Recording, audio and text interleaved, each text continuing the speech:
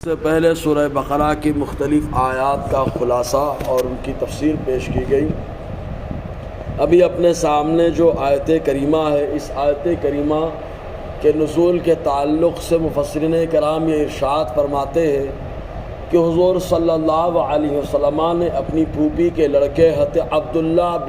بن جحش رضی اللہ تعالی عنہ کو، یہ حضرت زینب بنت جحش رضی اللہ تعالی عنہ کے بھائی ہیں جو حضور صلی اللہ علیہ وسلم کی زوجہ محترمہ ہے، اور ان کا نکاح اللہ تبارک و تعالی نے آسمان پر حضور صلی اللہ علیہ وسلم سے کر دیا۔ اللہ کے حبیب صلی اللہ علیہ وسلم کو حضرت جبرائیل نے آ کر کے بتایا کہ اللہ تبارک و تعالی نے آپ کا نکاح، آپ کے نکاح میں حضرت زینب بنت جحش کو داخل فرما دیا ہے۔ حضور صلی اللہ علیہ وسلم نے بڑا شاندار ولیمہ پورے مدینے کے لوگوں کو کھلایا تھا، جس میں گوشت اور روٹی کا انتظام فرمایا تھا۔ وہ حضرت زینب بنت جحش رضی اللہ تعالی عنہ جو آپ کی پھوپھی کے لڑکی ہے، انہی کے بھائی حضرت عبداللہ بن جحش رضی اللہ تعالی عنہ کو حضور صلی اللہ علیہ وسلم نے ایک خط دیا اور یہ ارشاد فرمایا اس خط کو 2 دن تک پڑھنا، کھولنا مت، اور 2 دن کے بعد برابر اس کو کھول کر کے پڑھ لینا۔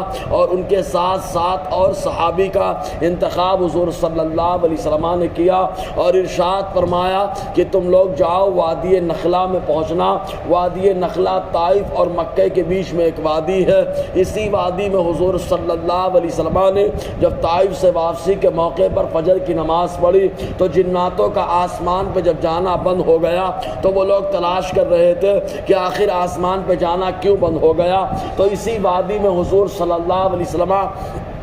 فجر کی نماز پڑھ رہے تھے تو پھر یہ جنات آئے اور آقا علیہ السلام کی زبان سے قرآن کو سننے کے بعد اپنی قوم کو بتایا اسی وجہ سے ہم لوگوں کا آسمان پر جانا بند ہو گیا۔ اور اس کے بعد بہت سارے جنات حضور صلی اللہ علیہ وسلم پر ایمان لائے۔ تو وادی نخلا میں حضور نے فرمایا وہاں پہنچ کر کفار مکہ کے جو بھی معاملات ہیں ان کی خبر لو اور آ کر کے مجھے بتاؤ۔ چنانچہ حضرت عبداللہ بن جحش رضی اللہ تعالی عنہ حضور صلی اللہ علیہ وسلم کا فرمان سن کر اپنے ساتھیوں کو لے کر 8 لوگوں پر مشتمل یہ چھوٹا سا قافلہ روانہ ہو گیا۔ چنانچہ چلتے رہے، 2 دن گزر گئے۔ جب وادی قزل یعنی قزل منزل پر پہنچے جو راستے میں پڑتی ہے تو وہاں پر ٹھہرے، اور ٹھہرنے کے بعد ان لوگوں نے خط کو کھولا اور کھول کر کے حضرت عبداللہ بن جحش رضی اللہ تعالیٰ نے بتایا کہ حضور نے فرمایا تھا کہ 2 دن کے بعد پڑھنا، لہٰذا آج ہم جو ہے خط کے مفہوم اور اس کے جو ہے مضمون کے تعلق سے تمہیں آگاہ کرتے ہیں۔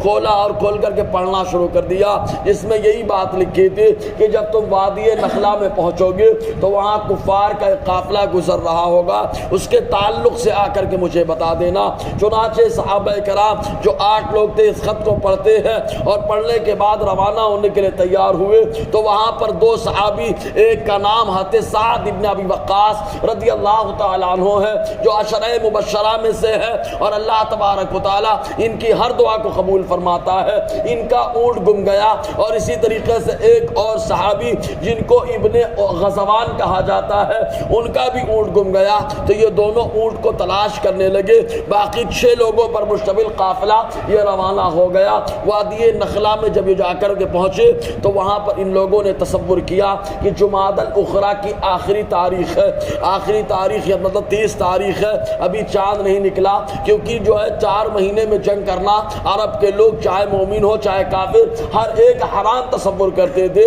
وہ 4 مہینے میں رجب کا مہینہ بھی تھا، ذوالقعدہ، ذوالحجہ اور اس کے ساتھ ساتھ محرم کا مہینہ، یہ 4 مہینے میں یہ لوگ جنگ کو ناجائز و حرام تصور کرتے تھے۔ تو جب وادی نخلا میں پہنچے تو وہاں پر جو ہے 30 تاریخ ان لوگوں نے تصور کی، اور کفار مکہ کا ایک قافلہ بڑے شان سے جو ہے آ رہا تھا، سامان کافی لاد کر کے۔ چنانچہ حضرت عبداللہ ابن جحش رضی اللہ تعالیٰ نے فرمایا یہ چھوٹا سا قافلہ ہے لیکن مال بہت زیادہ ہے، اگر ہم نے حملہ کیا تو مال غنیمت بہت ہاتھ آئے گا، لہٰذا حملہ کرنا چاہیے۔ تو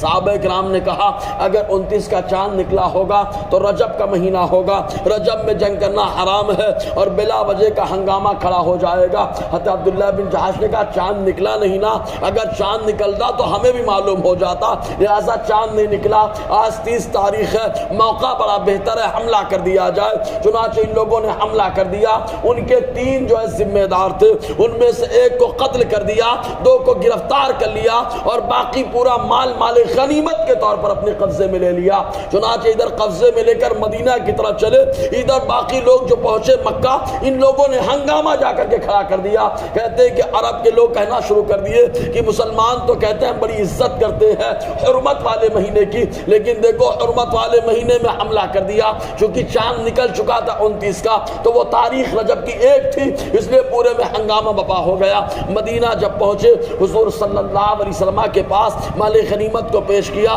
دونوں قیدی سرداروں کو پیش کیا، حضور نے مال غنیمت قبول کرنے سے منع فرما دیا، اور آقا علیہ السلام نے فرمایا کہ میں نے خالی خبر لانے کے لیے بھیجا تھا، حملہ کرنے کے لیے نہیں بھیجا۔ تو وہ صحابی حضرت عبداللہ بن جحش اور ان کے ساتھی بڑے جو ہے ایک دم اپنے آپ کو ہلکا پن محسوس کیا۔ چنانچہ اللہ تبارک و تعالیٰ نے اس وقت یہ آیت کریمہ نازل فرمائی اور ارشاد فرمایا یسألونک عن الشہر الحرام قتال فیہ، محبوب آج سے پوچھتے ہیں ماہ محرم میں حرمت والے مہینے میں جنگ کے تعلق سے، تب آپ فرما دو اس کے جنگ میں کہ اس میں جنگ کرنا کیسا اور اللہ کے گھر سے روکنا کیسا۔ انشاءاللہ اسی پر روشنی رہے گی۔ اللہ تعالی ہم سب کو فیضان قرآن برکات قرآن سے مالا